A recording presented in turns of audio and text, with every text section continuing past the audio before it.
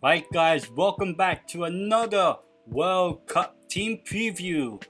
And in today's episode, episode 4 now, we are going to be talking about Australia. Yes, the land down under for this upcoming 2022 FIFA World Cup.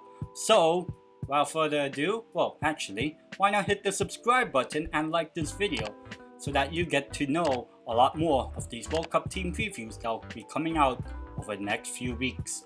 And now, without further ado, let's go on with the video. So, Australia are a part of the Asian Football Confederation. They actually moved from the AFC to the OFC, which is one of a fun fact for you. The nickname of the team is called the Socceroos. It's basically a combination of the word soccer, meaning obviously football, and kangaroo, so Socceroos. As I said before, fun fact, Australia represented two confederations, AFC and the OFC, actually at the 2006 FIFA World Cup. And that was because Australia qualified for the 2006 World Cup as a member of the OFC, but when they actually played at the 2006 World Cup, they were part of the AFC. And it was also the very first time that two AFC members played each other in the group stage at a World Cup. That was Australia beating Japan 3-1 in the opening day of Group F. Now, Australia have qualified for 6 previous World Cups. The first one was in 1974 in West Germany.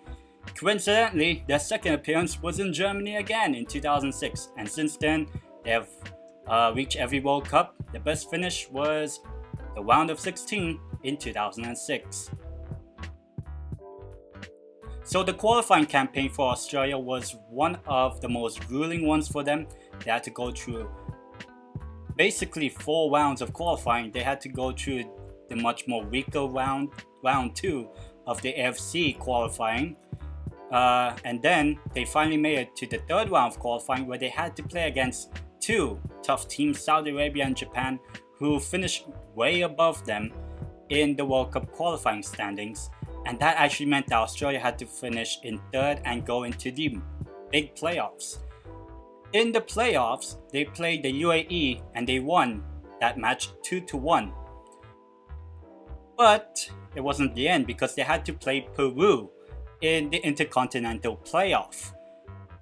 And to the surprise of a few people, Australia defeated Peru on penalties to qualify for the World Cup. After a 0-0 draw, they qualified for the World Cup. And the man you can see right there, Andrew Redmayne, was practically a hero in Australian football folklore. So the head coach of the Australian national team is Graham Arnold. He's been a manager of them since the 2018 World Cup finish, when they had Bert van Marwijk. And then the star players are players such as Matthew Ryan, the goalkeeper, Aaron Moy, Ariel Mobile, Ajin Hustich, and Jackson Irvine. So all of these players are relatively well-known names in Australia, but not so much in international football. But hopefully at this World Cup they will be much more bigger.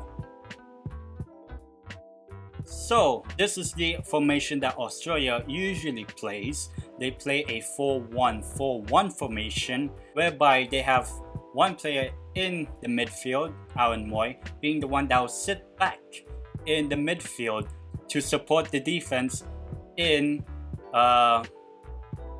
holding off the opposition, basically. So that's one of the main strengths, is the midfield support. Aaron Moy is there to support the team in defensive duties, but he's also could be a very good offensive player as well. Aaron Moy is probably the most well-known and most prolific player at this moment in time. And another strength of this Australia team is the fighting spirit. They had to go through one of the most grueling qualifying campaigns. I believe that they had to go through about 20 matches since September 2019 up until June 2022. So it's a near 3-year qualifying campaign for Australia. However, some of the weakness of this Australia team, which for them, thankfully Peru did not really test so much, was one, Australia didn't have much chance creation.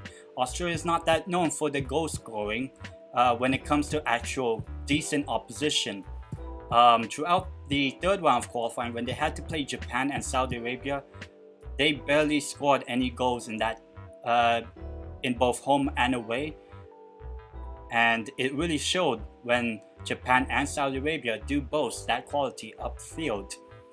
In addition to that, squad depth is going to be a big weakness for Australia, even heading into this World Cup, as any injuries that happens to their team, that's not going to be good for them, especially a player such as Aaron Moy, who is probably their main star player.